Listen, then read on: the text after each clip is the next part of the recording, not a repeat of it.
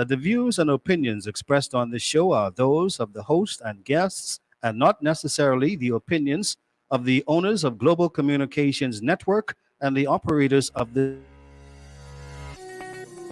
Today can be the turning point in your life by making a simple decision. Fundamental questions of navigation. Where am I? Where am I going? And how do I get there from here? I invite the leaders of our planet to ask themselves these three questions before they make any crucial decisions. But if you don't make decisions, you're going to stay right where you are. We are all map makers. We are in a time of transition. If we're going to change, we have to change the direction that we're going. Our planet needs leaders who know where they want to go. When we change the direction we're going, then we want to make sure we're going in the right direction. Leaders who can see the big picture. Because if we're not, we're going to either go backwards or we're going to stay where we are. Recognizing the psychological and the spiritual shifts and changes that need to be made, often from the inside to the outside. To be able to shape your future, you have to be willing and able to change your paradigm. Complex journeys require navigation. The path to the truth is one such journey. This is your GPS. Hairstyling services provided by J.D. Edwards Salon and Spa, Palmdale Shopping Plaza, Madera Street. Accessories provided by Chevette Williamson Jewelry. Standout jewelry for standout women. Good afternoon, everyone. Welcome to GPS Global Paradigm Shift on Global 99.5 FM. I am your host, Michelle Malcolm. And as always, it's a pleasure to be in your company today. Thank you so much for tuning in and making GPS a part of your afternoon.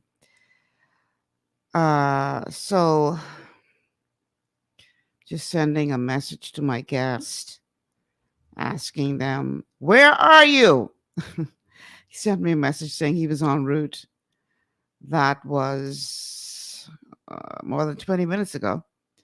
And my guest hasn't arrived as yet. So hopefully, says he's downtown. Okay, that means he's close. Hopefully he'll get here sooner than later. Let me let him know we already on live. Just waiting on you. Okay. All right. So hopefully he'll be here soon enough because we're not far from downtown.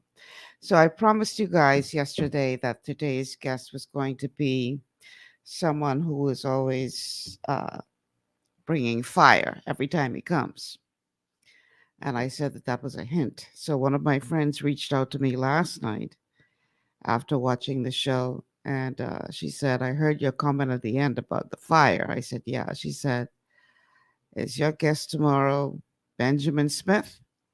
I said, how you know so good? So she laughed. And she was all excited because she is certainly a fan of Benjamin Smith.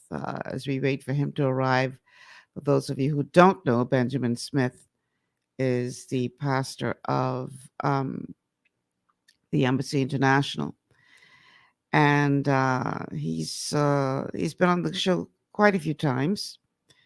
And each time he comes on, he always comes with some serious revelation about what is happening in our country and around the world, from a perspective of the prophetic. He has, over the years, uttered some prophecies that may have seemed far-fetched at the time that he said them, but in due time happened like clockwork in terms of the descriptions that he was giving, or he has given to certain things. And it's been a while since he's been on the show, but as of late, he's been really dropping some serious bombs in his live broadcasts. And so I reached out to him and I said, man, we overdue for a show. I need you to come on and share some of this knowledge you've been dropping about what we see going on in our nation and around the world and how it's going to impact us from a spiritual and prophetic perspective. And so he agreed that based on his schedule, today would be the day that he would come by and visit us and drop some of those bombshell nuggets here on GPS. So, Pastor Benjamin Smith, if you're listening on the radio, I need you to get here as quickly as you can, please, because you're my sole guest for the day. And we're waiting with bated breath to hear what it is that you have to say as it relates to the nation. In the meantime, I might as well throw out the telephone numbers to call for those of you who may have a question for once this conversation begins.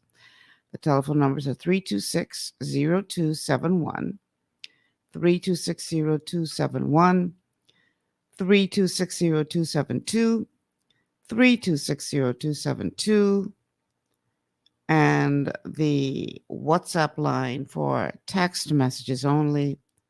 No voice messages, no phone calls. It's amazing because I say it every day.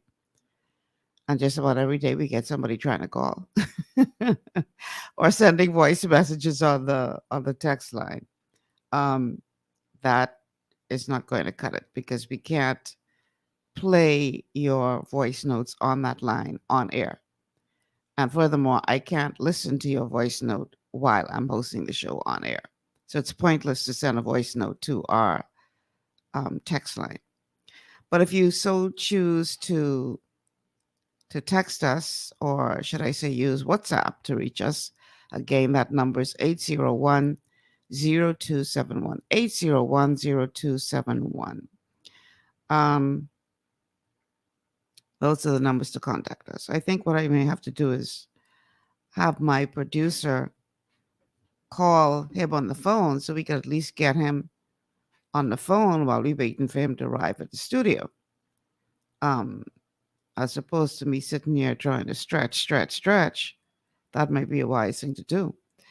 So let me see if I can do that. I will send, let's see.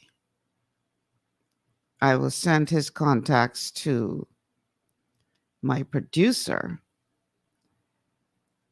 and see if he can get him on the phone. And then when he arrives, we can just get him live here in the studio. How'd that sound, Jason? Yeah? Okay. So I just sent you his contacts. So go ahead and call him on the phone. Let's get his voice on there at least while we're waiting for him to arrive in the studio.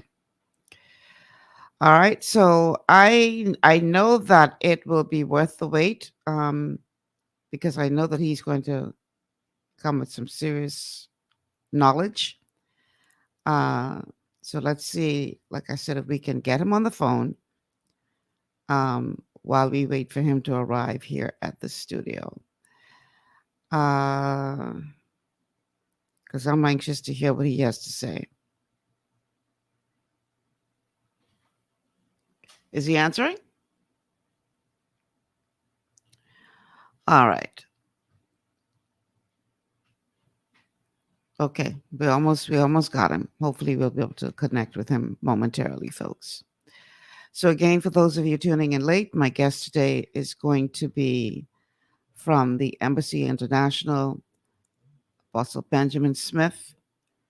And I think you've got him on the phone.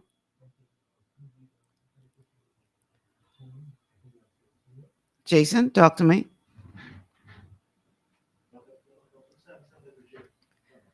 Okay, he's pulling it up right now. Okay, Apostle. Indeed. Man, you know Turning through the score now. you know my show start 2:00, right? Yeah, but you know when you got the hustle and the bustle, it's not all traffic. But I'm here. right, we'll stay on the phone until you reach the studio. How you doing? I'm doing wonderful. I right here telling the truth by where this is. My doctor's coming up. Okay, so that means you're almost here. All right, cool. Well, Right. somebody in the office is waiting for you to buzz the door so they can let you write up. Oh, I said someone is waiting to buzz the door to let you write up. So someone okay. is listening for when you buzz the door to let you write up. So how you been? Listen, all is well. Just it's just been very extremely busy here and there doing the Feast of Tabernacles. That was last week. We took about 32 of the members, the team to experience it. You guys I went really you, represented the Bahamas in terms of our praise, worship, and etc. you went to Israel? No, they actually have the feast as well in Florida every year. Okay. So I've been doing that for about 12 years, and me and Aunt Peterson, those are usually there, and Henry. Okay. They usually bring a team, and then Dr. Miles. Every year we would meet at the same location. Mm-hmm.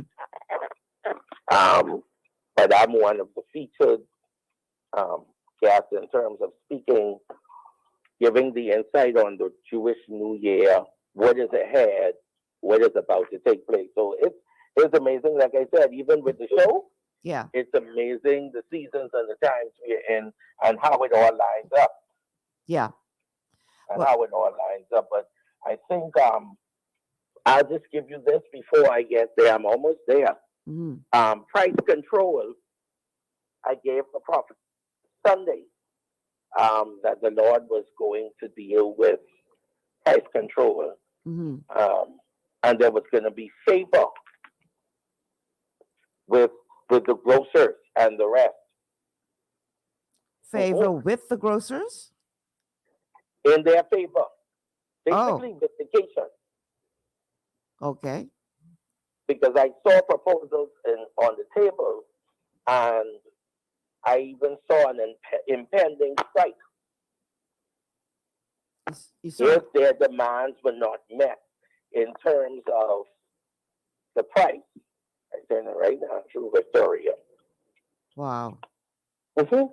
If the demands were not met, and that was something I was getting ready to prophesy the rest of the tonight, but I on your show, so that's coming tonight. That, well, should I turn through that? Yeah, we're going to break it tonight. Victoria having your car across the road and bring it. Mm-hmm. Just let whoever drive and just drop you, and then they could find, parking. Hey, that's me driving. I turn it right now. So whoever here, yeah, he let me do right now. Okay. So I'll be in 2 minutes. All right. So here's what we're gonna do. We're gonna take What a you break. gonna do? I'm gonna take a break. About them show. My break is about 3 minutes or so long. So you're gonna take a break and come back. Yeah, I'm gonna take a break to give you time to get here in the studio. Usually my break is not supposed to be until 2:30, but I'll take it a little early today. I'll take the break. Wonderful. Give you time to get here in the studio. I hope you only out of breath by the time you climb up them 3 steps, because you're gonna have to talk out of breath. But it is what it is. I've been trying to get you to get on my health kick for a little while, so this can show you why you need to get on my health kick. so let's take. And you know I done 50 next month. You know the time. How old are you? 50. 50? Yeah. Man, you better talk age. Yeah, well, okay, that's half a century. Yeah, some are still past that. But anyway, we digress. We can take this commercial break. I'll see you soon. All right, hurry up. All right. We'll take a break. When we come back, we're going to hopefully have Apostle Benjamin Smith in studio. I want to hear what he got to say about this price control situation. This sounds like this could be hot. I did say he's going to bring fire, eh? Stay with us. We'll be back after these words from our sponsors.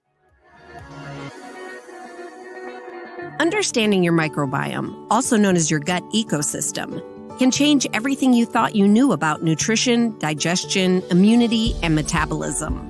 Keeping your gut ecosystem healthy and balanced is essential.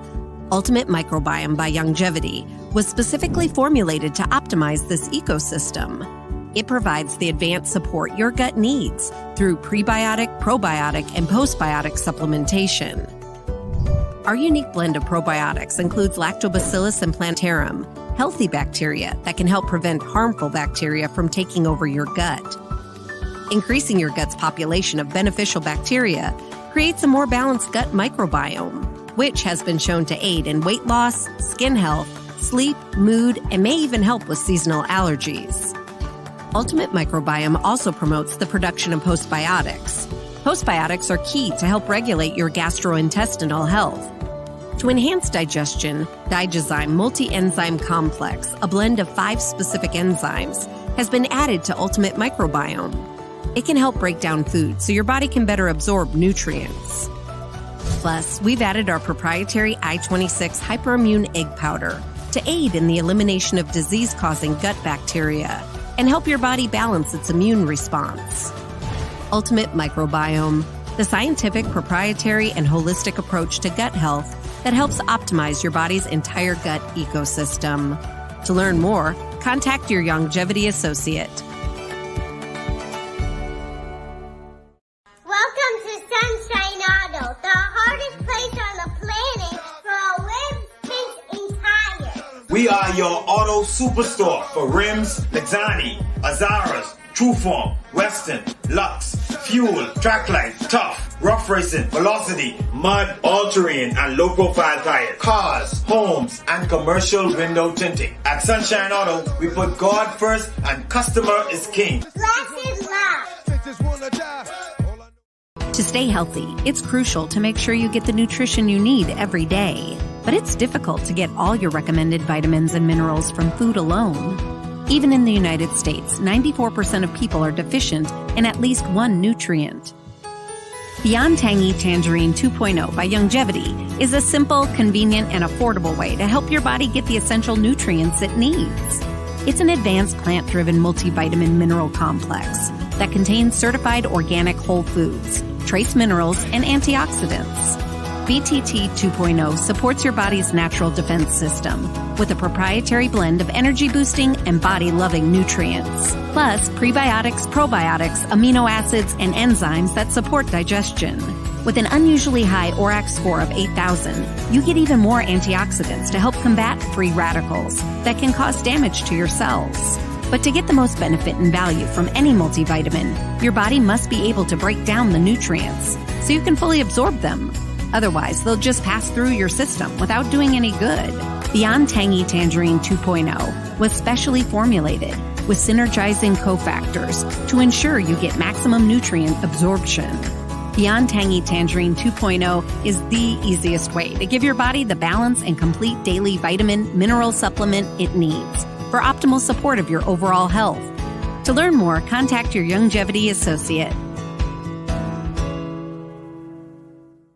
This portion of GPS is brought to you by Tiki Bikini Hut at Junkanoo Beach. Great food, cool tropical drinks, and family fun in the sun. All right, welcome back to GPS Global Paradigm Shift on Global 99.5 FM. Michelle Malcolm here. Our guest has finally arrived. Apostle Benjamin Smith is in studio with us. Welcome back to GPS. Don't worry about that for right now. Let's get you on air. I mean, you're actually on air. Say hello to the audience and the microphone there. Oh, Yeah, you gotta go a little closer to that microphone. and once again, thank you. It's an honor and a privilege Make to sure be you're here. talking to that mic, eh? You can hear me here. Yeah, so better. Wonderful. All right. At 2:25. Joel 2:25. No more famine. Is that a prophetic word? Yes, indeed. Well, tell us, because we need to hear some good news. Listen, What's going on? the time and the seasons that we are in requires us to revitalize, reprioritize, and properly manage resources and times and people. Right.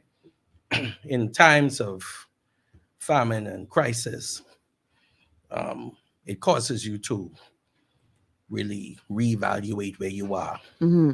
Nothing happens without, it being revealed. And I think a lot of times we overlook where we are and we overlook the signs. Mm-hmm. Had we paid attention to the signs, we would have, properly managed ourselves, Right. to make it. What in our society, it seems as if on the day of the hurricane, That's when you we wanna are start boarding preparing. up Mm. the house. Yeah. And this is where part of the problem is. The preparation has been delayed. And I think if we had preparations prior to what we're about to step into, we will be able to properly navigate through this time of food security. Mm-hmm. I have some members who went, for instance, into Cuba, Mm-hmm. and he sent me back a picture. And the picture, I said, could you bring me back some coffee? Because I like the Cuban coffee and by the beans. I said, I don't want that one with processed. I want the beans with straight off the tree. Mm-hmm. Apostle, you wouldn't believe what happened in here. No water. Shelves are empty. He said he went to the food stores, empty shelves. Mm-hmm. It is a sign of what is happening globally, Mm-hmm. For sure. of the food shortage. And there's no security of it. I think that the administrations that be not looking at the suffering of this present time. And sometimes we overlook those who help to put us in. We forget those who are suffering in society, or there's just no plan. And if there are plans, then are those plans working? So what crisis helps us to do, it really exposes management or mismanagement. Mm. When something happens, the crisis usually exposes if you really planned or you didn't plan. Right. And this is where God has been speaking to us, because in this time and the season that we are in, it is actually the year of Jubilee. This is the Jubilee of all Jubilees, meaning we will never see this 50th year again. And I find it very, I don't know how to put that, but I guess I find it very important and a very important detail that we are in the 49th year going to the 50th year, which means we are on the cusp of a Jubilee celebration. The question is going to be, what do we have to show for 50 years? Well, this is a bit confusing because we have been hearing all over the place about Yom Kippur and this Jubilee year and how it's going to mean great blessings for the people of God. And at the same time, we're hearing famine is coming, prepare yourself, start stocking up. So what's going on? What's going on here? Because I know the Lord ain't schizophrenic. No, he ain't crazy. No. See, what happens is it's always been controversial and misunderstood when it comes to dealing with the prophetic, because there's Bible prophecy, there's personal prophecy, and biblically where we are in the timetable and in the calendar of God, we are in this season of the Jubilee, really a time when camels are coming in. Okay. So because the camels are coming in, and I'm just going to say that because we are in 5783. We celebrated the Rosh Hashanah. The Rosh Hashanah was celebrated on September the 25th. And that simply means the Feast of Trumpets. When you you sound the shofar, you announce the new season. Now it's amazing because the Jews are very agricultural people. Mm. They understand agriculture. They understand the phases of the moon, because their calendar is based on the moon, not the sun. We are more solar, but they are according to the moon. Now, I said that to say a lot of things. You have to know when to plant. You have to know when to reap. And sometimes you can have the conditions of the weather and the climate that affects crops. But if the crops that you about to harvest, if they have been planted the right season, then regardless of what is happening in the climate, that actually works together for the good of the crop. The winds, the rains, etc., the drought, all of that helps to work together. And other things, all things work together for good. Now, the reason why I'm saying this is because sometimes we focus on the blessing and we don't know that there's always an opposition to it, or what we call a dichotomy. So at the same time, there's good, there's also evil. But the good and the evil work together to produce a stronger people. If we were just looking at the blessings, we would have weaker persons. I think it's because of the failures, it's because of the challenges and the crisis that it creates the productivity and the opportunity to do something different. We would never turn towards something better if we weren't having challenges. Sometimes we just tend to look at, well, my blessing on the way. Yeah, but you have to help. And not only that, what structures are in place to facilitate the harvest when it comes? Because, there are people who catch fish, but you ain't got no boat and you ain't got no net, So the abundance is underneath you, but you need a structure in place to gather what's coming in. And this is where the problem has been. People expect that when they hear Jubilee and they hear this word from the Lord, it's just going to happen like osmosis, and they don't have to do anything. No, principles need to be in place. God still needs us to connect with him and to facilitate the blessing. It's not just going to happen. Right. There has to be principles in place, concepts in place, structures to handle what is coming. And I think that's where we have lost it. We've lost the sense of practicality. And we are in a place of just all spirituality and no practicality. And the two go together. Faith without works is dead. Right. We have the faith, but we are lacking in the works. We are lacking in practicality, structures that need to be placed so that when that blessing comes in, you believing, you have faith that what God has spoken, the blessings are going to overtake you. But what happens if the blessing overtakes you? You don't even have a structure in place to handle the blessing or to house the blessing. And this is what happens. It's like we've been speaking about health and wellness. It's the same thing. We know that healing is available in various forms. But if we don't follow concepts, principles, and standards to facilitate the healing in the body, you'll lose it and go right back to that sickness. Right. But sickness had to happen to wake you up. That there's a better way to get out of it. Okay. Crisis and famine is the announcement that change has begun. And we have to do something about it.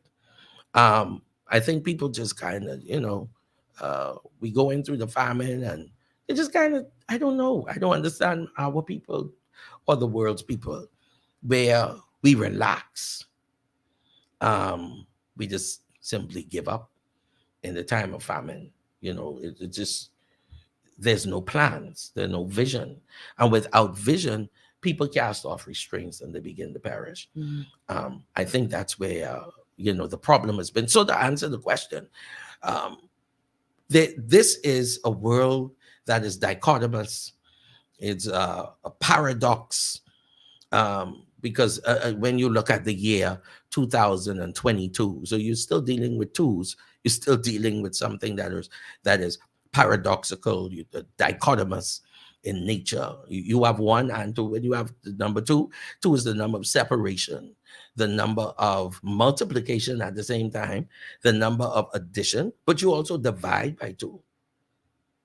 In other words, you cannot come into multiplication and addition if there hasn't been a separation and a division from some things. If that makes any sense there.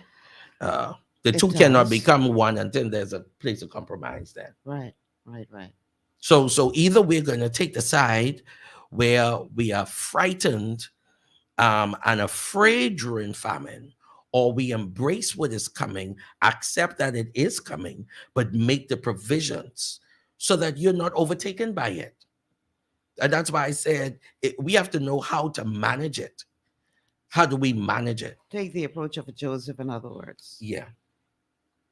And you're not convinced by what you see that has been happening here in the Bahamas. Oh, I am very much convinced because the Joseph company is a serious thing, because when it comes to Joseph there in Genesis 39, 40, and 41, speaking about the famine, it spoke really towards the time when food security was necessary.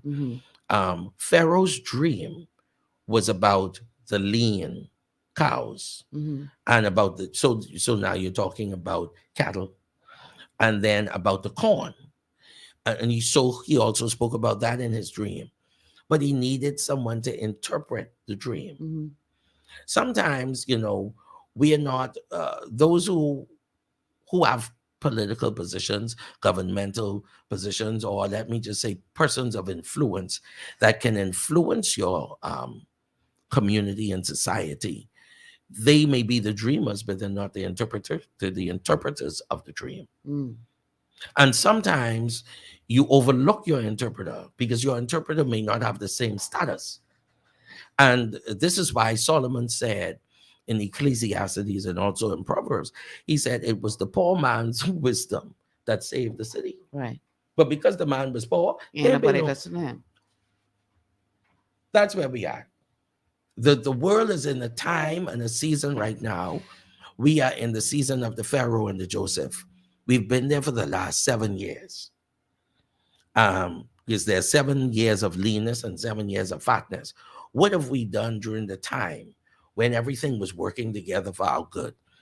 A famine is an economic crisis, but there's also agricultural. Because the agricultural and the fisheries of your society basically affect your economics. So we need the Josephs who are there to interpret what that dream means. And the interpretation of the dream was not prayer. The interpretation came through prayer. And the interpretation was a strategy to get out of what they were in. Right. To make provisions for when the famine actually hits. I think we are on the verge of it. I don't think we're in the middle of it yet. But we are well on our way towards that. And it looks as if, and it seems as if, all roads are leading there. Let me just put it this way. There are some famines that are planned. And they are plandemics. So a famine can become a plandemic. What do? We need a plan. We need a strategy to outwit and outthink and out-strategize the globalists that are out there who want to monopolize everything. And so this is the reason why there has to be ambassadors of God's kingdom. I'm just talking to those who have the type of mindset where communities and societies will change and be impacted by right thinking. Not wrong thinking, but right thinking, where we begin to preserve our generations, preserve morals and the standards and the history and the culture of your nation. What helped Joseph to make it through is that he knew how to connect with God to get the answer. And like I said, the answer was not a spiritual answer. And that's where the problem, it was very practical. So you think that then, based on what you just said, a part of the challenge, because I've had other pastors in here who have said that they have a word for the nation as it relates to what's coming, but they can't get the political powers that be to respond? Do you think it's because they're coming strictly from a spiritual perspective as opposed to bringing practical solutions? I really believe that. And the reason is because I'm so glad you said it, because for um, every system requires a type of nomenclature. It requires language, the study of the language of that system. You cannot enter into a system without understanding its language. Right. And I think a lot of times we superimpose our language on a system that doesn't speak it. It's like trying to force the Spanish speaker in Spain to speak English. And likewise, if they came here, they want to force us to speak the Spanish, so to speak. It doesn't work that way. There has to be a compromise. And I always say that because a case in point, I went to the American Embassy many, many moons ago, right? And so we had an R1 status. I had a religious workers visa. It allowed me to be the missionary with a church affiliation in the U.S. and work there. Right. Now, when I went to renew that particular visa, the officer who was there said to me, he said, "So you're working?" I said, "No, I serve at the church." Right? He said, "So do they pay you?" I said, "They give me an honorarium." He said, "You are in a system." He said, "No, what is the contract?" He said, "I need you to speak our language." That's the first time I ever heard it. Right. Because I was speaking to him in ecclesiastical terms. Right.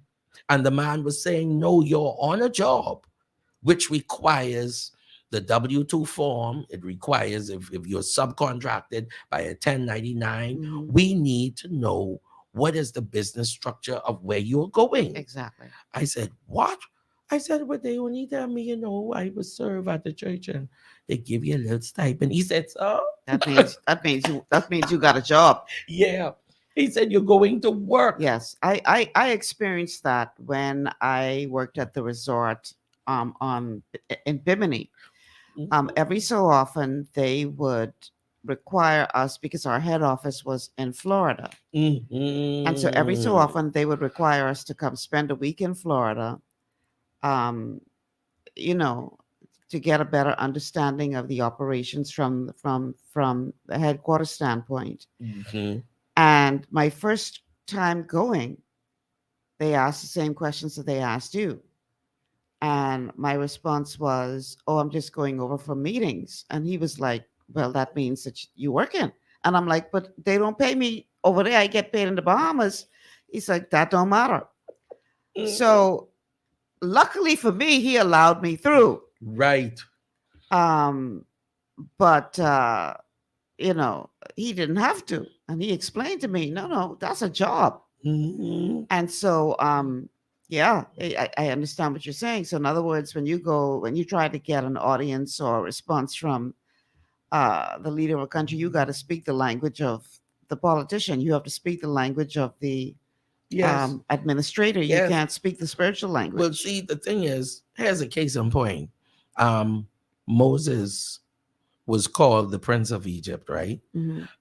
He grew up in the courts of Pharaoh. And Moses, that means, understood the language of the courts of the Pharaoh. He was trained by them. He was trained by them. Even though he was Hebrew by birth, he became an Egyptian by growing up, in that culture. I'm going to say it this way. But when he approached Pharaoh as Moses, representing God's kingdom, he knew the protocol. That's why Pharaoh didn't, who are you? Where are you coming from? He was raised and educated in that. Raised in it. So he knew what to say. Right. He understood, like I said, the language. He knew how to approach. He didn't come there, just Thus saith the Lord. Thus saith the Lord, and God said to tell you, just let my people go. No. If you read the scripture, he knew how to approach. Right. He knew how to approach. And I think a lot of times this this is what keeps particular, I would say, believers, Christians, or religious people of any culture really out of those systems, political and governmental systems, even banking systems, financial or economic systems. If you're sitting at the seat of, let's say, investors have come in, you can tell them, praise the Lord, hallelujah, glory be to God. I'm so glad to be here in this meeting with you at the IBM. And now they want to lock hands with you. The first thing they're going to ask is, what vision do you have for your community? They ask you anything about Jesus and Yeshua and Elohim or Haile Selassie or whatever group you belong to. All they know, our common goal here is to change that community. And they want to invest in the vision and the plans that you have on the table, which means you have to be able to know the language. You know, when I sat with some investors, the first thing they asked was, what is your vision? Do you have a business plan? There you go. You have a business plan. Now, you know, I could talk church vision all day, but they asked for a business plan. So the business plan will outline what expenditures are necessary, whether we're going to do it by macro or microeconomics, how are we going to set up everything? Right. And they want to see the plan for 5 years or 10 years. Right. And then what is going to be the return if I even invest in this? Right. So this is where churches, so to speak, and religious mindsets miss it. Because what we try to do is that we take the church language into a political area or governmental area, and Herod don't want to talk to you. And then we take offense when they don't We listen. take offense when they don't listen. And then we judge them. And we tell them fire coming on your head because you ain't listen. I mean, these things need to be understood. Let me give another case in point. In John's gospel, further down in John's gospel, when Jesus went, chapter 18, verse 36, when Jesus went before Pilate, Pilate asked him questions. He said, are you a king?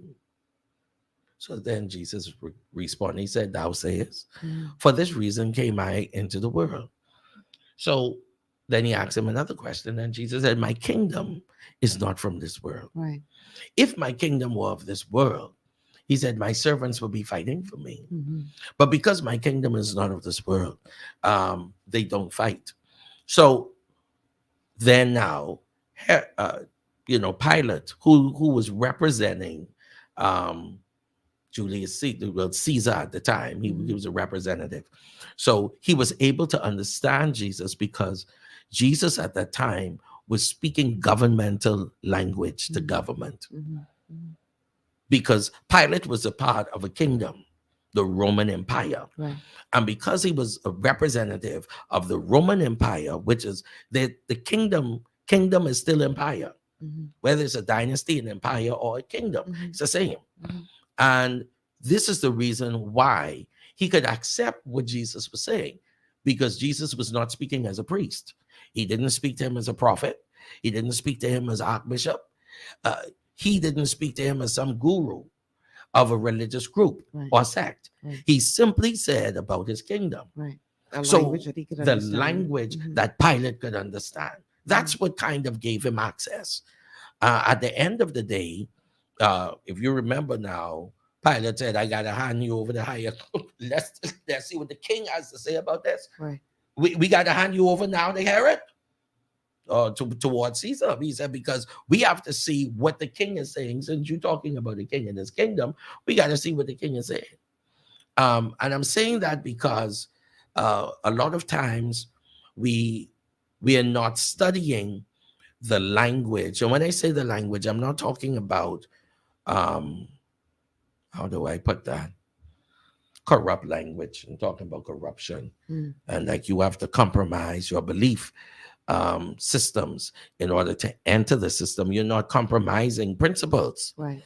You were trying to get the principle across by making sure that how you communicate it's understood. Gotcha. And that's the law of communication, when the intended message gets to the intended hearer. So the one who's listening should be able to understand. But if I'm speaking in French and they speak Spanish, they're not going to understand me. That has been the problem. All right. So let's get back to this impending famine and what it means for us as a nation, considering that we have not, from all appearances, taken the Joseph example. Mm-hmm. We have not followed that. So in many ways, we are ill prepared for what is about to come down. What does that mean for us as a nation? And how do the people Mm-hmm. of the Bahamas, who a little bit woke and see what is about to happen, Right. because in the days of Joseph was pretty one apart from the king who had the dream, who didn't know how to interpret it. Everybody else was partying, living their life, not checking. So the Lord revealed it to the king, even though the king didn't understand what he was seeing, right? And it took Joseph through prayer to be able to bring the interpretation, Mm-hmm. and was able to speak the language so that the king listened and Mm-hmm. prepared, Mm-hmm. right? Mm-hmm. But we've got a people who right now aren't preparing, living like it's all good, Right. Not understanding, even though there are from time to time messages coming forward saying, you heard the prime minister the other day say, be frugal in your spending. He trying to say, hold on to the little bit of money you got because rough times coming. But he being a diplomat, be frugal in your spending. Right? Right. You hear all these economic professionals telling you recession is about to hit the United States. It may already be in the United States. That's it. And we know that when they sneeze, we catch cold because we rely so heavily on them for our sustenance. Exactly. So what are we as a people to do? Not standing by waiting for the government to get it, just in case they ain't getting it, in terms of preparing. What should we as a people be doing right now? Well, the thing is that when it comes to crisis and impending famine, what we need to do as a people is really prepare. There should be preparation. There should be the gathering of resources, goods, and really have seed in the ground. It said something very powerful there in Genesis 22. No, Genesis 26. It said, in the time of famine, Isaac sowed in that land. In the time of famine, he knew it was a season that there was nothing, but he still sowed. And so the kingdom mindset is not afraid of the famine. We are more proactive than reactive in the time of a famine or before the famine. And that's why I said that Isaac sowed in that land. And of course, the Bible says that, and at the end of it, he received 100-fold return. Now, if Isaac sowed, what that says to me is that he was preparing, he was getting himself ready, even in the time of the famine, for his harvest, because principles and laws do not change, even though you're in the midst of a famine. That doesn't change. It's a spiritual law and an agricultural law that whatsoever a man sows, that shall he also reap. So it doesn't matter if it's in good time, the bad time, or whatever season it is, whether there's rain or sleet or snow, or just dry. They can dig up that dirt, break up the fallow ground, and put the seed in. Because we have to confront it. We have to confront. And this is where I believe believers need to be proactive in terms of backyard farming, getting things ready, gathering the seeds at this time, making sure you have the proper seeds that can grow in the midst of a famine. You know, it's amazing. It never said what he sowed. All it said that he reaped 100-fold. Never said what type of seed he was sowing. But we know that Abraham, Isaac, and Jacob, they are all a part of an agricultural family, because Jews are very agricultural. In fact, they have one of the top agricultural societies in the world. We usually have to bring them in. Most nations bring in either the Jews or the Taiwanese, etc., because they are number one and number two in the world. The reason is because they are not afraid of the impending famines that will come, because they have experienced that for centuries. Right.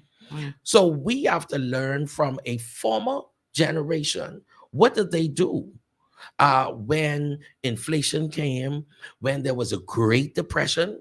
Obviously, like I said, we made it out because our parents and grandparents made it out. And they have the story of what did the Bahamas do during the Great Depression. So in other words, we are in different times, but these are same things. That's why the Bible said there was a famine in the land, not like in the days of Abraham, but now in the time of his son. So it says to us that famines are transgenerational, and they're not prejudiced. It's what you do before the famine and in the midst of the famine that guarantees your success and how you overcome it. So what does that mean? We have to now prepare. We have to gather strategies. There must be informational data that we need to gather, institutional data that we need to gather from those who may have went through it before. What worked during the time of inflation? Because I find, okay, we haven't been here before. Yeah, our generation has not seen this level of frustration economically. We have not encountered what former generations encountered. How is it that they made it in those 1920s and 30s? Your mother and father time and grandparents' times, and they were living in those times during the pandemic, in 1919 and things like that. They were living. Our great-grandparents. Obviously, they made it through because we are here. Right. So the question is going to be, what is the historical data that worked? And how could we make it better? How could we make it better to overcome what we are now getting ready to face? Let me say something. Isaac knew how to sow because his father did.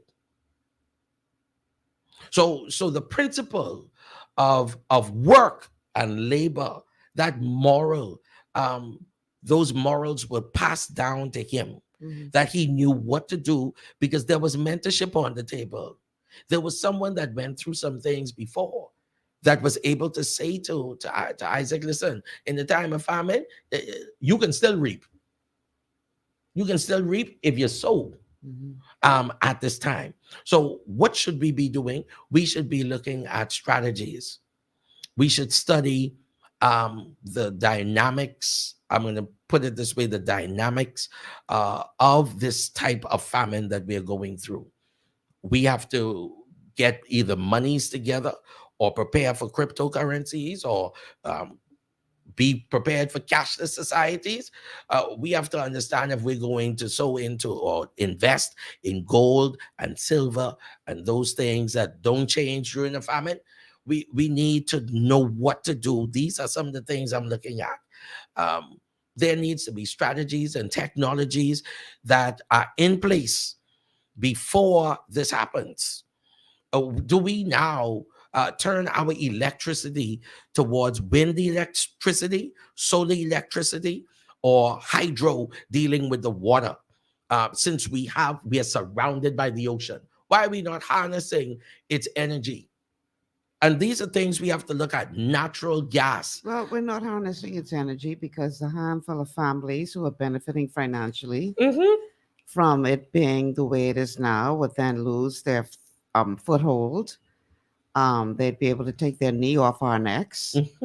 and seeing that they are the ones uh, who are upholding these political parties when they seek elections, need money, they got to go right back to these same people, so they kowtow into them.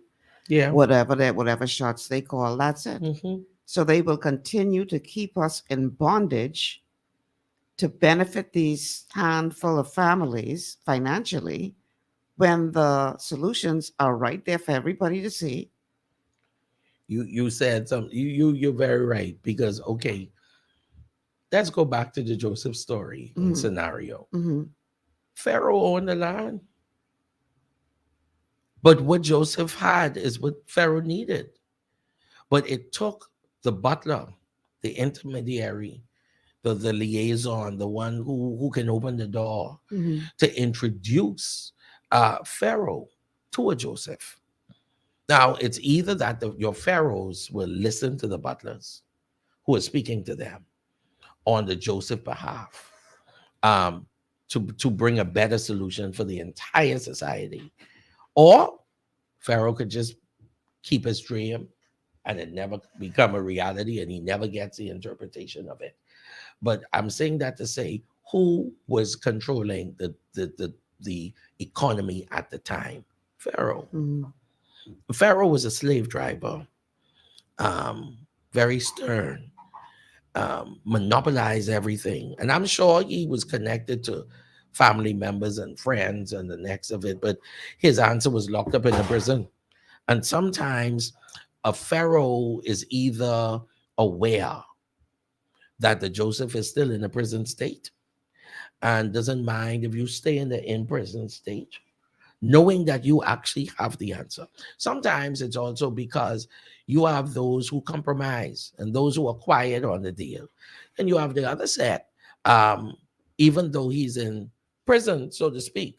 When I say in prison, financially in prison, financially, economically in prison. Right. You know, according to his status quo, he's in prison. Mm-hmm. But his answer was necessary to solve the problem. And a lot of times, because people are not connected or interconnected or politically connected, they are overlooked. Mm-hmm. And you said something very powerful, which is very true. Because you're not the who is who, you're not a part of particular family groups that are connected globally speaking, not a part of this particular house and that particular house, east or west house, put it that way, the mother's house or the father's house, the father's side or the mother's side, because there's no connection. A lot of times they overlook that answer. Truth is hidden in plain sight. It's always hidden in plain sight. And it's because people overlook the truth. They accept a fact, but they don't want the truth. And I think that a lot of times there are facts on the table, but those facts can be changed to truth if we allow voices of truth and those that have the solution to come forth. What is so sad is that there's such a spirit of greed, globally speaking. And because of greed on the table and the love of money, which is the root, money is not evil. The love of it, the love of it. What that simply means is if they have it, they can make sure you don't get it. Right. And if they see you coming for it, they still can make sure you don't get it. But now the main thing is that you are probably the one that has the strategy to unlock the whole system. You got the key. But because there's no trust on the table, distrust on the table, or not connected, because, let me put it this way, not connected because you didn't compromise. Not connected because you ain't corrupt. Now you just opened a can of worms right But there. it's the truth. Not connected with the people who are not connected because you ain't have nothing on them. They didn't compromise their standards and their principles. So they ain't have nothing holding over you. But if they have anything on you, you're finished. So I find that these are some of the factors that block and limit true answers and solutions from getting on the table. All right, we got to take a break. When we come back on the other side of the break, I want to hear more about this word as it relates to the grocers, because, you know, right now they are in the midst of this discussion with the Davis administration. I know that John Boswick sent me today, I didn't get a chance to read it, a letter that the Grocers Association members have sent to the Prime Minister to the with their recommendations of 20 items that they could afford, and I'm paraphrasing here, to have included in that bread basket fold, not the hundreds that the administration is suggesting. So they went from the suggestion of on the part of the administration of hundreds of items falling under 38 categories, and the grocers come back and say, this is 20 we're willing to give you, not 20 categories, 20 items. Narrow it down there. So yeah, I don't know how far this negotiation could go, but according to the Davis administration, come next week, something could change. Now, a lot is riding on these negotiations, but there's a wide chasm between hundreds of items and 20. So let's talk about that on the other side of the break. Stay with us. This is GPS, and we'll be back after these words from our sponsor. Understanding your microbiome, also known as your gut ecosystem, can change everything you thought you knew about nutrition, digestion, immunity, and metabolism. Keeping your gut ecosystem healthy and balanced is essential. Ultimate Microbiome by Longevity was specifically formulated to optimize this ecosystem. It provides the advanced support your gut needs through prebiotic, probiotic, and postbiotic supplementation. Our unique blend of probiotics includes Lactobacillus and Plantarum, healthy bacteria that can help prevent harmful bacteria from taking over your gut. Increasing your gut's population of beneficial bacteria creates a more balanced gut microbiome, which has been shown to aid in weight loss, skin health, sleep, mood, and may even help with seasonal allergies. Ultimate Microbiome also promotes the production of postbiotics. Postbiotics are key to help regulate your gastrointestinal health. To enhance digestion, Digizyme Multi-Enzyme Complex, a blend of 5 specific enzymes, has been added to Ultimate Microbiome. It can help break down food so your body can better absorb nutrients. Plus, we've added our proprietary I-26 Hyperimmune Egg Powder to aid in the elimination of disease-causing gut bacteria and help your body balance its immune response. Ultimate Microbiome, the scientific, proprietary, and holistic approach to gut health that helps optimize your body's entire gut ecosystem. To learn more, contact your Longevity associate. Welcome to Sunshine Auto, the hardest place on the planet for a rims, paint, and tires. We are your auto superstore for rims, Lexani, Azaras, Trueform, Western, Lux, Fuel, Tracklight, Tough, Rough Racing, Velocity, Mud, All-Terrain, and low-profile tires. Cars, homes, and commercial window tinting. At Sunshine Auto, we put God first and customer is king. Last is love. To stay healthy, it's crucial to make sure you get the nutrition you need every day. But it's difficult to get all your recommended vitamins and minerals from food alone. Even in the United States, 94% of people are deficient in at least one nutrient. Beyond Tangy Tangerine 2.0 by Longevity is a simple, convenient, and affordable way to help your body get the essential nutrients it needs. It's an advanced plant-driven multivitamin mineral complex that contains certified organic whole foods, trace minerals, and antioxidants. BTT 2.0 supports your body's natural defense system with a proprietary blend of energy-boosting and body-loving nutrients, plus prebiotics, probiotics, amino acids, and enzymes that support digestion. With an unusually high ORAC score of 8,000, you get even more antioxidants to help combat free radicals that can cause damage to your cells. But to get the most benefit and value from any multivitamin, your body must be able to break down the nutrients so you can fully absorb them. Otherwise, they'll just pass through your system without doing any good. Beyond Tangy Tangerine 2.0 was specially formulated with synergizing cofactors to ensure you get maximum nutrient absorption. Beyond Tangy Tangerine 2.0 is the easiest way to give your body the balance and complete daily vitamin mineral supplement it needs for optimal support of your overall health. To learn more, contact your Longevity associate. This portion of GPS is brought to you by Tiki Bikini Hut at Junkanoo Beach. Great food, cool tropical drinks, and family fun in the sun.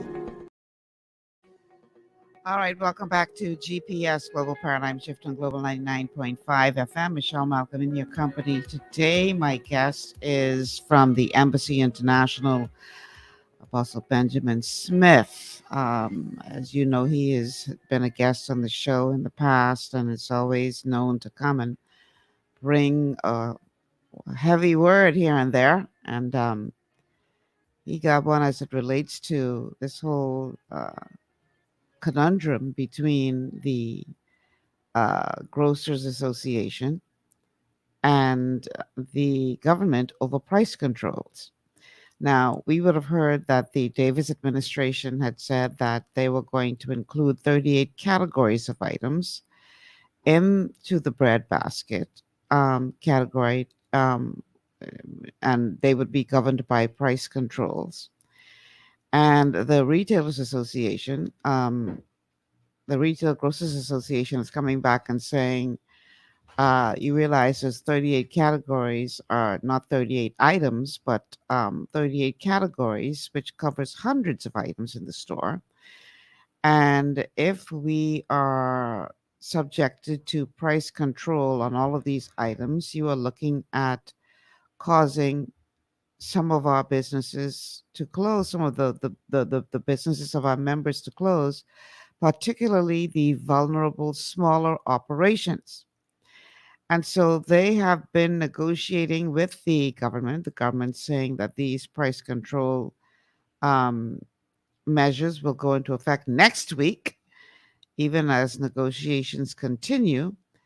And the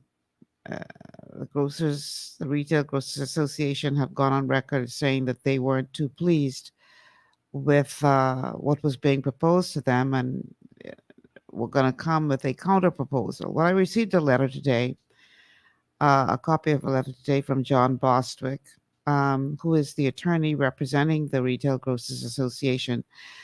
And this letter outlines what the counter proposal is as it relates to what the grocers are saying they can afford to do.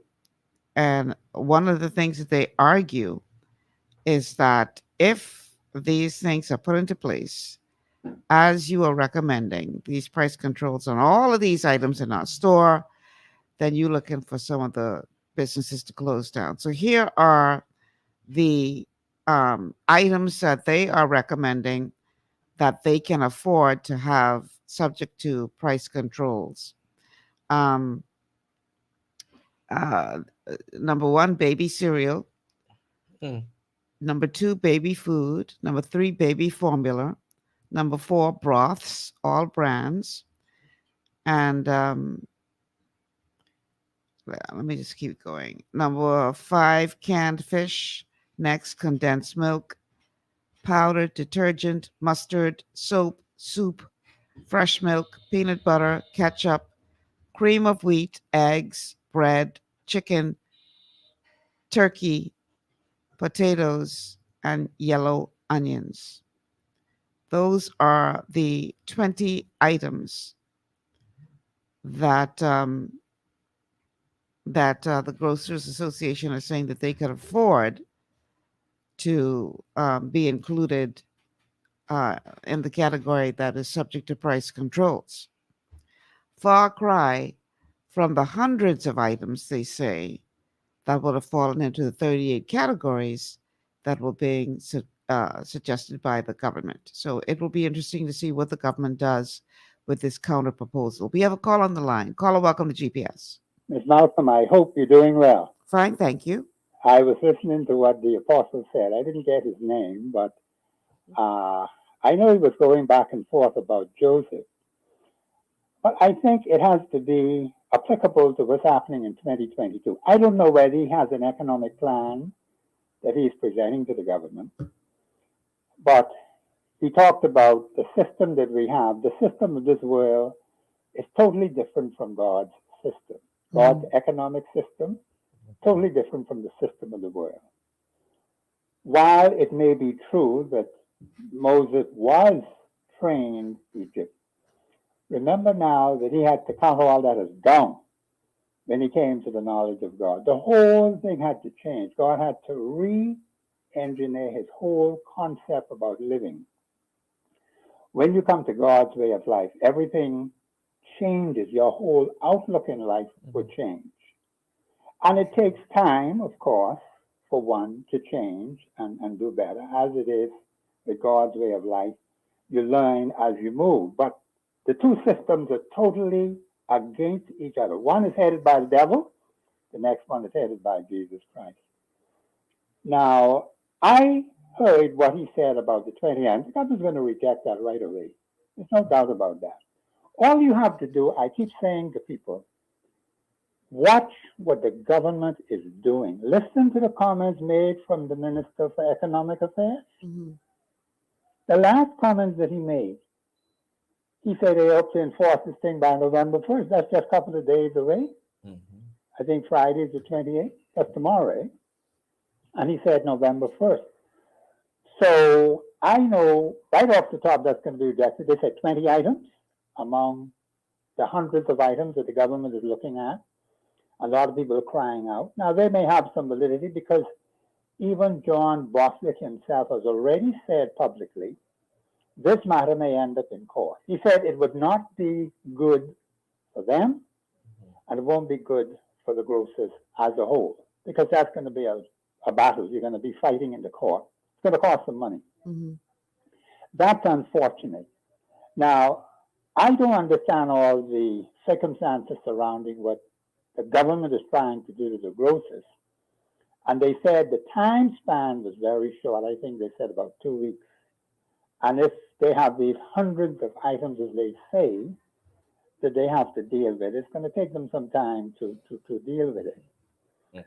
But I don't know what the apostle is saying, whether he is the one who may be led, and I use these words very cautiously, to say to the government, this is what it should be. I don't think that's what he was saying, but keep going.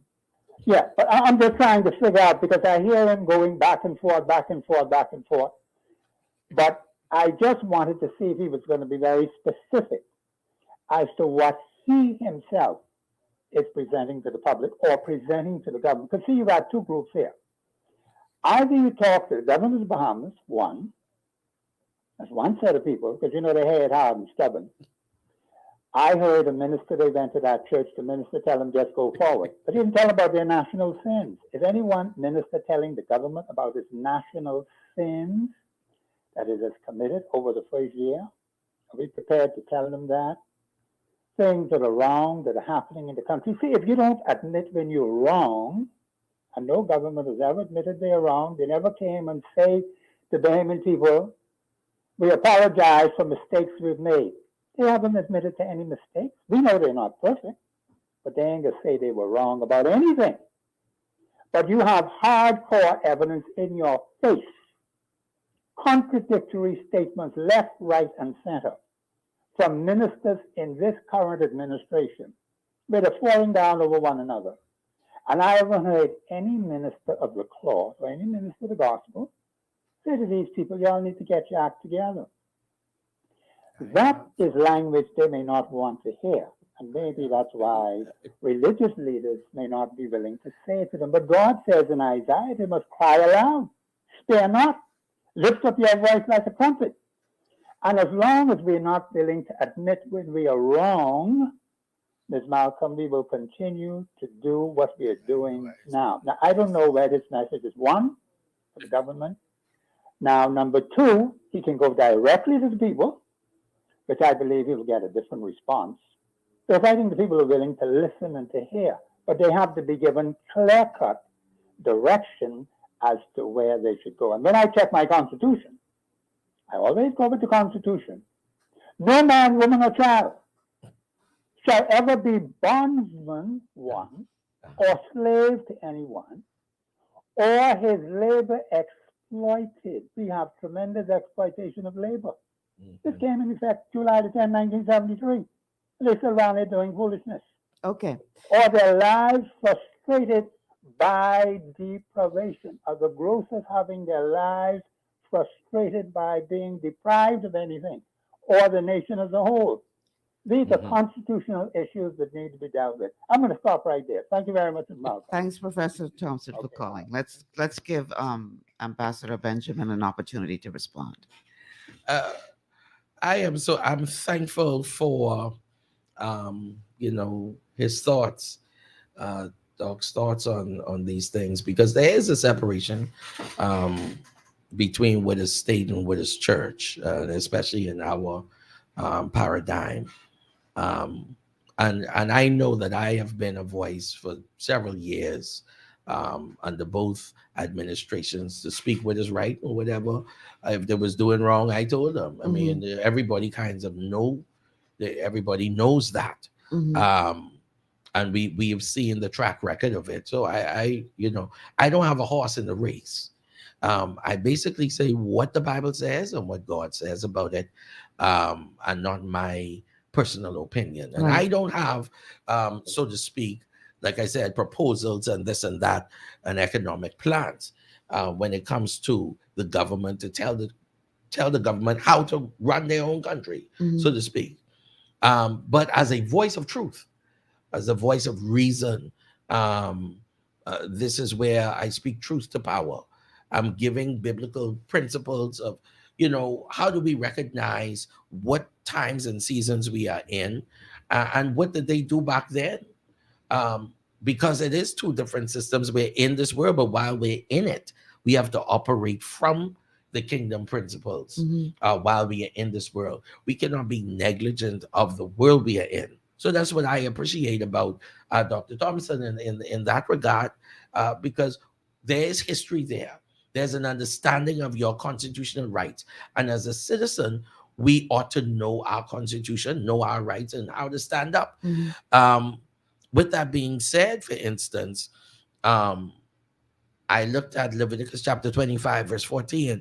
It says, when we make a sale or buy from our neighbor, we shall not wrong one another. That's dealing with price control. Over exact in prices and stuff like that. That's one of the things, because there must be fair dealing across the board.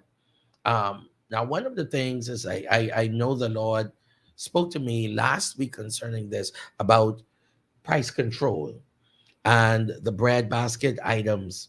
Back in the Bible days, they had bread basket items as well. In fact, in 2 Kings chapter 7, the prophet Elijah prophesied concerning the market. And he said, by this time tomorrow, flour will be for X amount, wheat will be for X amount, and this will be for X amount. And of course, the government official that was leaning on the hands of, the government who was there at the time, he said, well, I know if that can happen, because you need to stay in your church business, and I don't have nothing to do with our economics here now. But if you read the chapter, you'll find out Elisha said, you know what? It can happen. You're going to witness it, but you will not partake of it. And the next day, wheat prices went up, flour prices went up, so much so that everyone from the city ran. They stampeded this man on their way to buy. Very powerful. So he was able to see, but not a part, really, he didn't get to partake of the economy.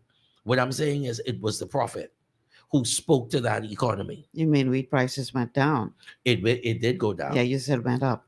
It went down. Right. Yeah, that's what I meant. It went down. In other words, his word changed, whatever that standard was at the time, that pricing was at the time. It shows the power of words. It shows jurisdictional authority in the realm of the spirit as it relates to that territory. So that is what we saw there in that particular case of 2 Kings 7. Why was that even placed there? If God didn't want us to see that we also have a voice when it comes to prices and controls, and we have to speak to the inflation, and we have to see the spirit behind it and deal with it. And that is something very powerful, because the prices went down and the people stampeded the man who represented the government at the time. And he died as a result. Now, we ain't saying that they can die, but so don't quote me on that. I'm just giving a biblical example. Right. You know, the point is that the church had a voice to speak. Now, I'm a part of the Christian Council. I'm not the president. I don't aspire that position. But I'm glad to be a part of a group that is legitimately or legally recognized. And sometimes I have to make that point, because sometimes people will look at you and they want you to deal with particular things when really and truly, you're not the legitimate voice that would be recognized to say it.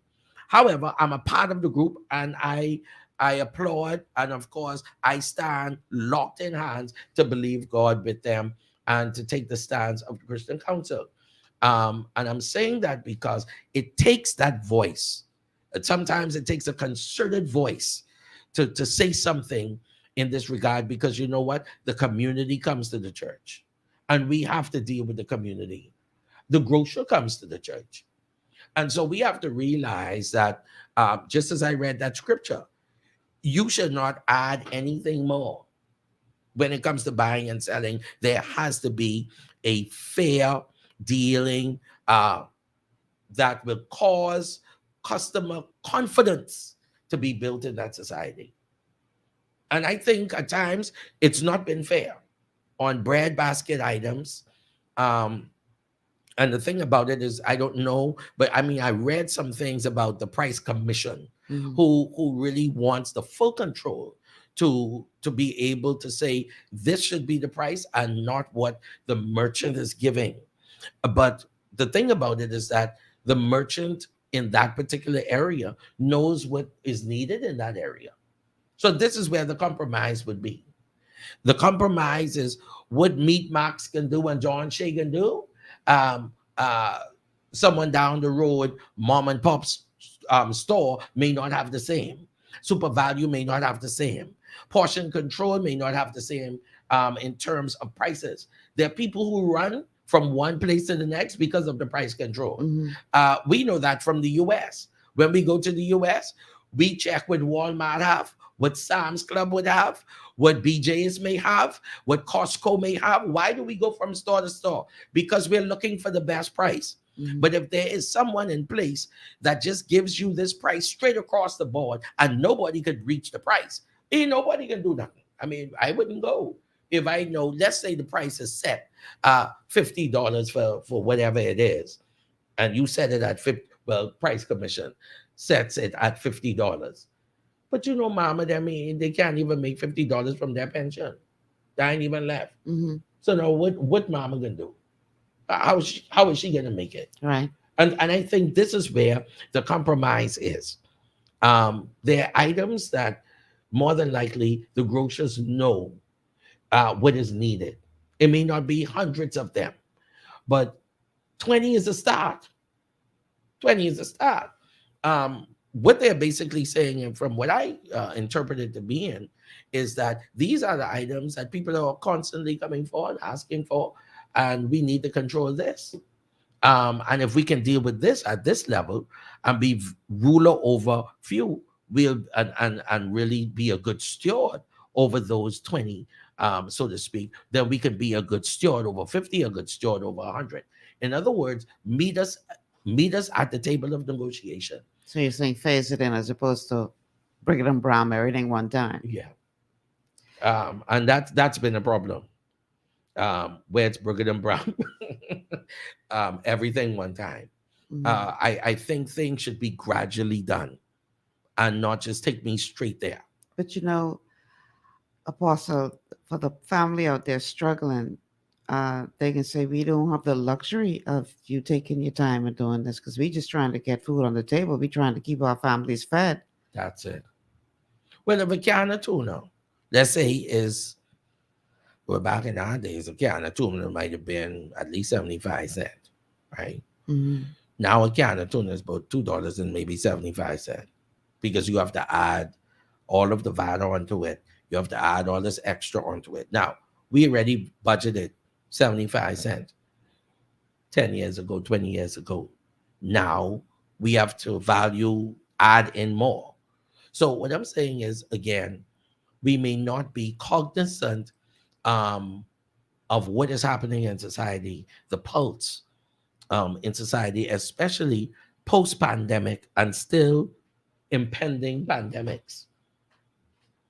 And if we could not make it 3 years ago, during the pandemic, which actually caused a lot of financial strains on people, some people left their jobs, some people died, others didn't make it. And now here we have inflation. And so everything is being inflated. And I think when it comes to governing a people and even the church, we do our part to help everybody with clothes and shoes and food and water and what is necessary.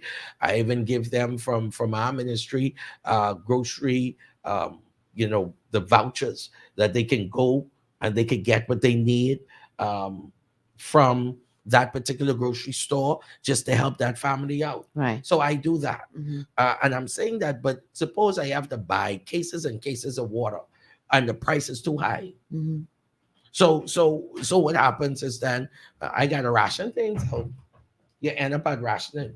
And so what the Lord showed me last week or so ago, even though I was on a mission, but the Lord began to speak to me and took me right to that scripture there from Leviticus 25 and also during the time of famine dealing with Joseph.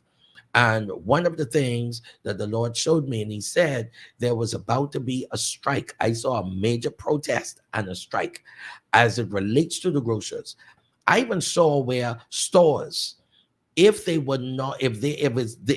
no negotiation and their desires, so to speak, and proposals or what they have put on the table, if it's not been met, I saw where they were about to shut down everything and go on a major strike. But could you imagine if Abaco Markets and Solomon's or whoever, could you imagine if they just shut down? If all the food stores shut down, what are we going to do? What are we going to do? And really what it's saying is that we have to meet at the table. There has to be balance because they also represent the voice of the people. But what it pushes us to do is backyard farming. What it pushes you to do is that you can't even depend upon the grocery, so to speak. You will have to make sure you stock and pile everything up, because if the banks shut down, where you can go? And these are things we have to consider. What happens when systems shut down? What are the contingencies? Do we have a contingent plan in place?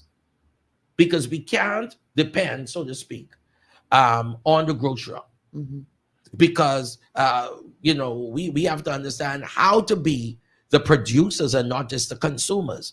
And I believe that what famine does and all of this what is going on, it is pushing the nation. When I say the nation, I'm talking about families and homes and individuals. It is pushing us more into self-governance and self-preservation in terms of self-productivity, where we have to now produce our own, not just consume our own. Because what is happening now, we have put all of our faith in that grocery store, in those grocers, so to speak, in the government, in the politicians, in the different administrations. But what happens when they fail? What happens when they shut down? You still have a life to live. And I think that is what it comes to at the end of the day. Isaac sowed at the time of famine. Isaac sowed. He still had seed. He still had seed. So it pushes you more to ownership. It pushes you more as a citizen not to put your trust in the arms of flesh, because they can fail you. They can fail you. Like I said, what do you do if the bank shuts down? The grocery store is shut down. You have to become your own bank. You therefore have to become your own grocery store and your own storehouse. And this is the reason why in the Joseph plan, they had to gather the corn and put it in the storehouses. Right. So we have to build our own storehouses. We have to have our backyard farming, gather our corn I can't go to the store to get that because the price on the corn might be too much for me to handle. But I got it in my backyard, you know. And this is where instead of buying the orange juice, you got orange groves. You make your own orange juice and you become organic. So what is happening, I believe, to a certain extent, you put your own price on it. So these things sometimes causes a nation to wake up to the place of self-productivity, where like from the Garden of Eden, we will be fruitful. We have to multiply. That's productivity. We have to replenish and put back into the earth, which means that God has given us everything for any season to prosper. Absolutely. To prosper and to make it physically, mentally. Of course, the leaves of the tree for the healing of our nations. So now I can't depend on the pharmaceutical company if they shut down and doctors shut down and PMH shut down. Could you imagine? How are you going to make it? You have to be able to look at your own environment. What are you cultivating? Because this is where it's going. It's going back to what are we doing? Let me say something that came to me. There are people who spend more time on building a house than building a farm. And so they're caught up in that building, but they have no farm. And if you check in scripture, they had their building, but they had a farm. They had sea, they had the land and the sea. They had the land and the sea. Sometimes we are caught up in the structure in terms of that building, in terms of that house, but we're not, we can't eat it. And that's gonna rot anyhow. So I think that what is going on now, it's really a wake-up call to ownership, to productivity, to self-preservation, to taking care of yourself, taking care of your family, not putting your trust in the administrations that are and that will come.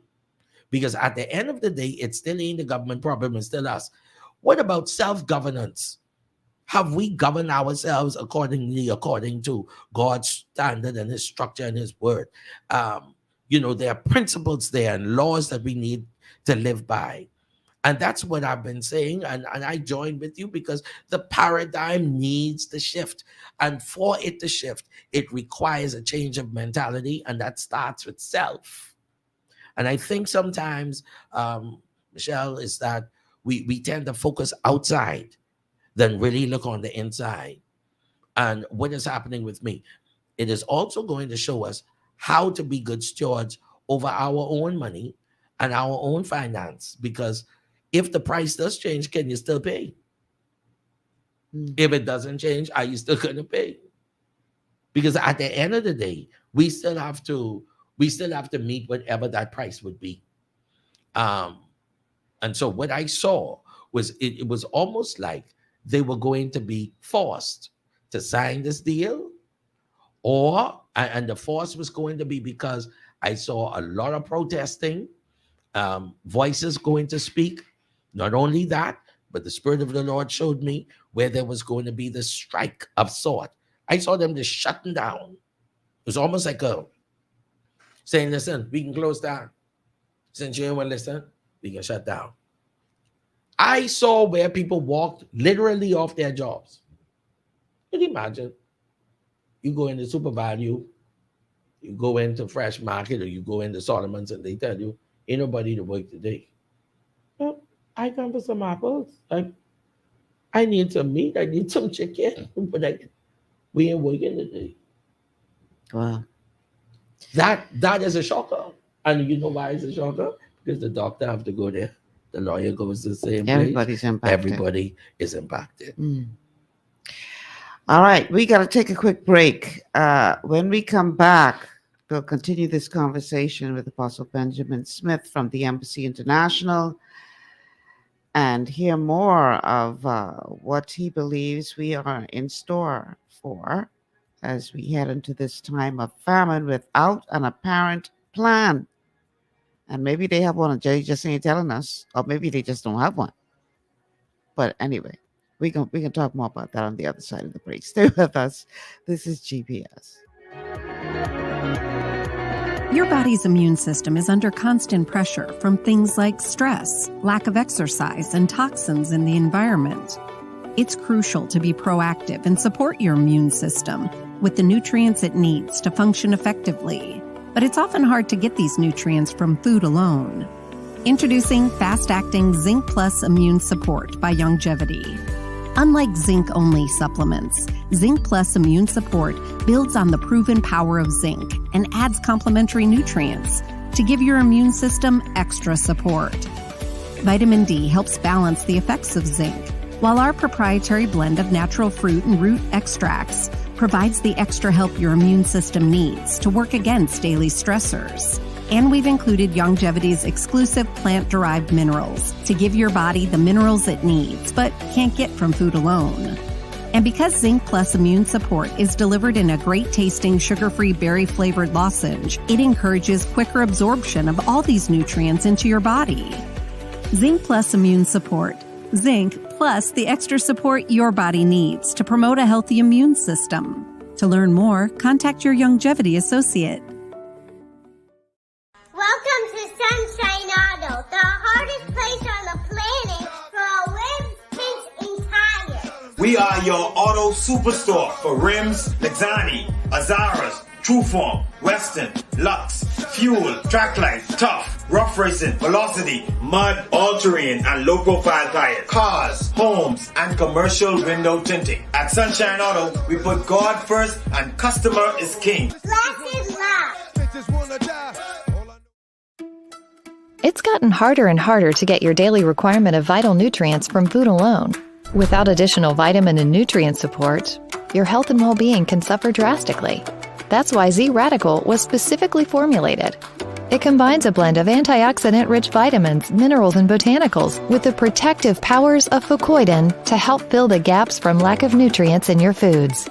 The core of Z-Radical is fucoidan, a naturally occurring polysaccharide that helps stimulate immune reaction, protecting you against inflammation and oxidative stress. We harvest this powerful mineral-rich nutrient from brown seaweed, harvested only from the world's most pristine ocean waters to ensure the purest quality.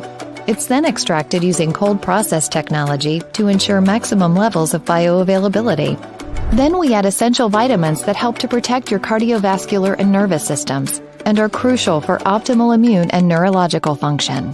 Z-Radical also includes a proprietary blend of delicious antioxidant-rich fruits and berries. This great-tasting combination helps your body combat free radical imbalances that can contribute to a variety of degenerative conditions like arthritis and heart disease. Z-Radical. Experience the power of fucoidan with antioxidant-rich berries, 8 essential vitamins, and more to provide you with potent health benefits. To learn more, contact your Longevity associate.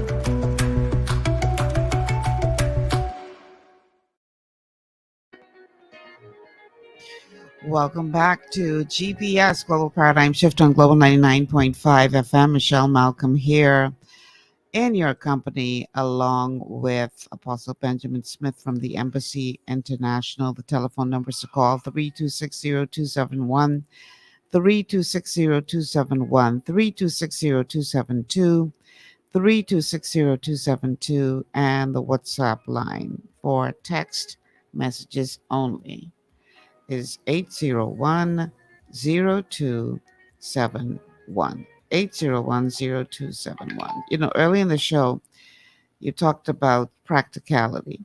And sometimes you just have to, not to say that you discount spirituality, but there has to be a component of practicality as well. If you look at the story of the children of Israel, when they made it to the promised land, prior to that, manna fell from heaven. But the minute they set foot in the promised land, the manna stopped, which was a message that, okay, there's, giving out time now. You got to work this land. And not only did the manna stop, but they had to go and possess the land because there were other people in this land that they had to then go and conquer slowly but surely to possess the land that they say they were promised. Right. So it wasn't a matter of them crossing the Jordan and then holding up their hands to the sky and saying, okay, now, Free. yeah, they had to work. That's right. They had to work the land and they Yeah. had to fight the inhabitants of the land. Now, granted, God was with them. Right. And so they had victories. But the point is, the manna stopped because they were then expected to eat from the land. Yeah, that's Joshua 5:12 said, and the day the manna ceased, they went back to work. Mhm. The thing is that, we've had so many in the past. Like I said, Abraham has his history of famine. Isaac was experiencing his. Mhm. So you have the historian and the pioneer working together, the old and the young working together. Mhm. One of God's judgments actually is famine, pestilence, wars, rumors of wars, famines. That's one of the judgments and one of the prophetic words that even Jesus himself gave, that these things would happen. He said, but lift up your eyes. He said, because redemption draweth nigh. Mhm. You will be redeemed out of this. And that is very important because in this Jewish year, the Hebrew year of 5783, it is a year of redemption. A year when debts are paid, a year when camels are coming in with products. So we're talking about a time of productivity headed our way, even in the midst of hard times. Mm. There is still a way of escape Mhm. and a way of redemption. That's why our system is different because, even where Paul is speaking about that, and Jesus also spoke about it, that we don't put our hope in wealth because he said the wealth is uncertain. Uncertain riches is what he calls it. Mm. He says, but then, of course, but we must put our hope in God who richly provides us with everything for our enjoyment. There in 1 Timothy 6:17. So God provides in the midst of the storm, in the midst of the trials and this inflation rate that has been going up. One of the things we have to understand is that we are about to see abundance even in this time. We are getting ready to see wealth like never before. Mm. Even in the midst of what we go through. Why? Because kingdom people are not affected to a certain extent by the famine of the world, because our economic system, which is kingdom economics, we have commonwealth when it comes to the kingdom of God. So it means, therefore, that even in the time of famine, remember, there was a famine in the land, but God sent a raven to feed the prophet, Mhm. even at the time of a famine. Right. Which means that provision will always be our portion, regardless of the times we go through. We put our trust in God. Why? Because the Lord is our shepherd and we shall not lack. We will not have lack of anything. And then it says he makes us to lie down and watch this green pastures. Mhm. Doesn't that speak about organic again? Mhm. Green pastures, not Mhm. dry out ones. Mhm. Mhm. Green pastures. And he makes you to find your comfort and to find provision in the green pasture. Mhm. That's very powerful. So here again, we're seeing where he's talking about putting your best when it comes to receiving from the land. And then he leads you beside still waters. Psalm 23 leads you beside still waters. So you're going to have water. You're going to have the land because he's your shepherd. So it does, and you shall not lack. So if it means that you shall not be in lack or in want, it means when your nation and your society is in the place of lack and want, you will not be. Mm.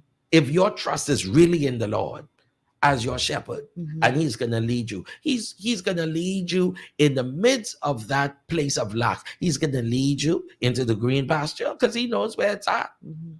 And if we follow God as he navigates us through with strategies and concepts and ideas, we will make it. I believe that we've had our historians, we have those who made it through.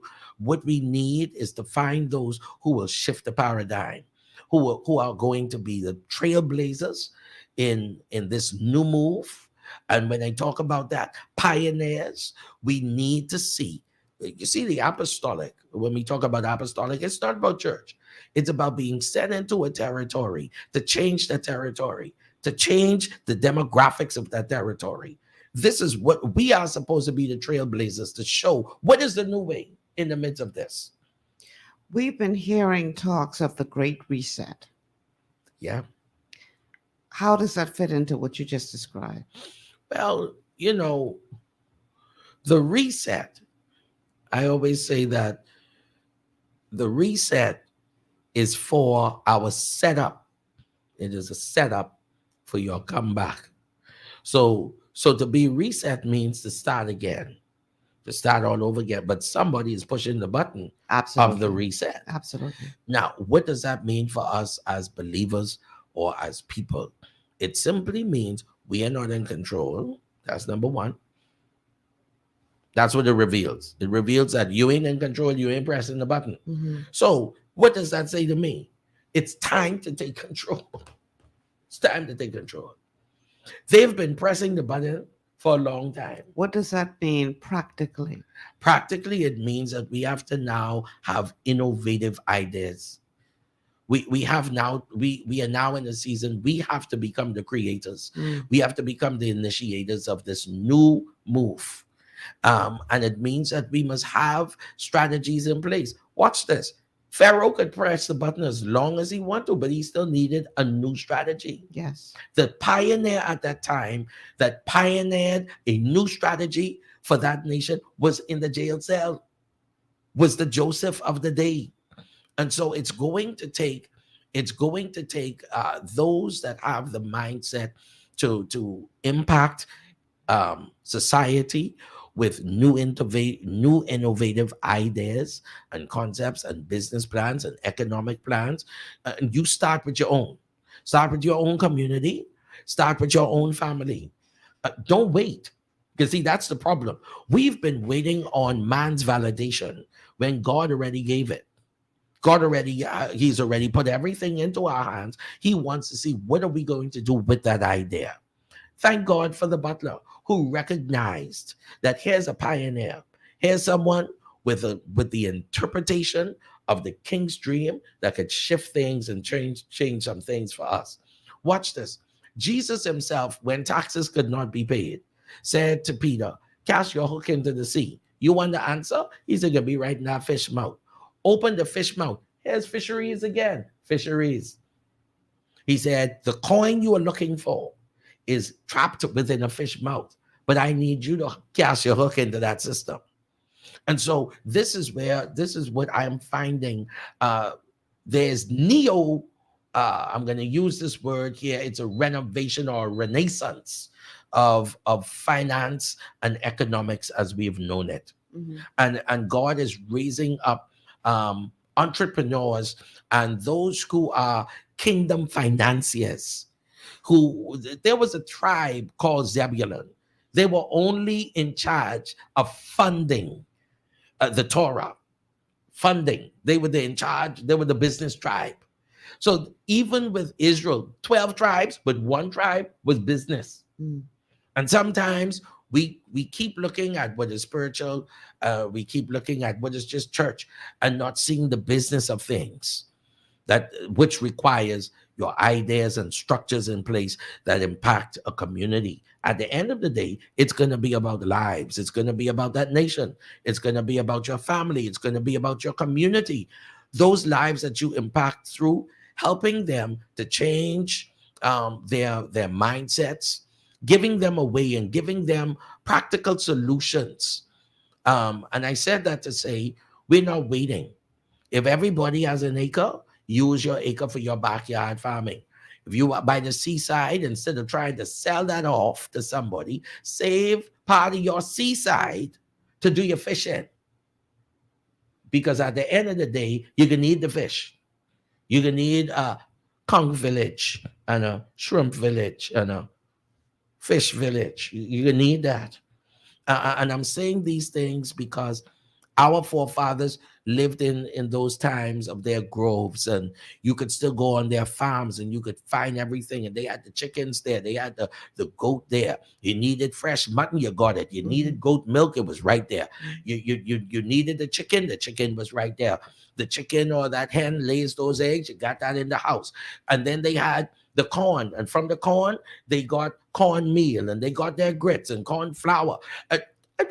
Back in those days, and it's still these days, because those who are 70s and 80s and above who still live on the islands are still either fishing or farming. You hardly see them at the convenience store going for onions. Why? Because there are hills of onions, even in Andres. And I'm saying that to say, this is where it's back to self-sufficiency.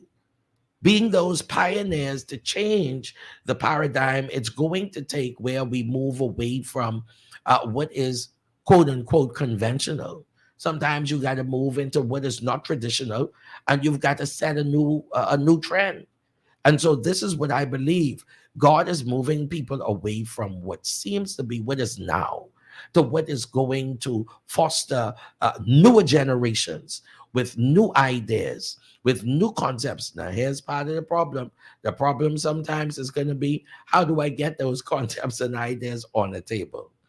And that's where the system sees what is new as a threat. Because like you said, those who are in control and who monopolize the systems control everything. And so you become a threat. Jesus was a threat to Herod. Herod was in charge. Where is he? He was born king of the Jews. Who is this new king? So if there's a new king, that means there are new ideas, it means my demographics about to change, my governance is about to change, things about to change. And this is the reason why God wants to use kinsman redeemers, those who are Boazes, who own their own. This is the season we are now in.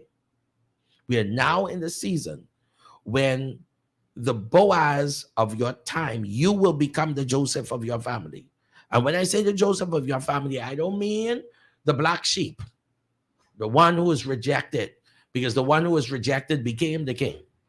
We are talking about the pioneer and the trailblazer who's going to change the trajectory of your family and of your generation by doing something different, by bringing us into new innovations in terms of economic emancipation.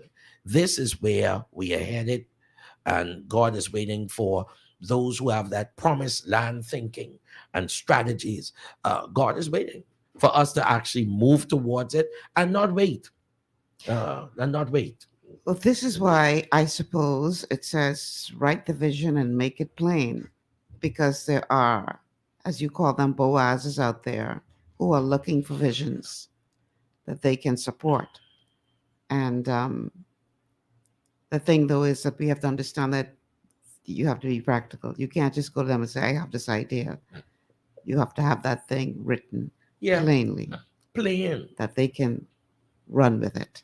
Yeah, and I heard when Doc called in, and that was one of the things. I don't know if he had something before the guy. I don't, but I do have something written, because there are people all over the world who've been looking to invest. Yes. And they want to invest in what is reliable.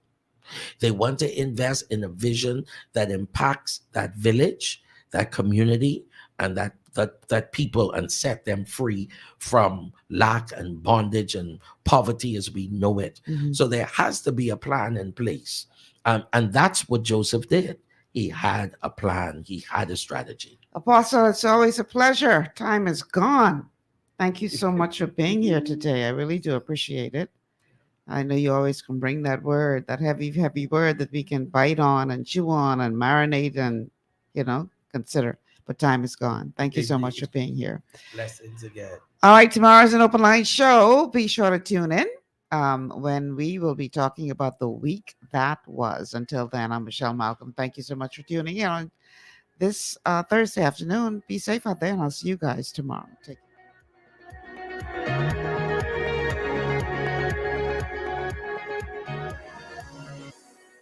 Global 99.5 FM reminds our listeners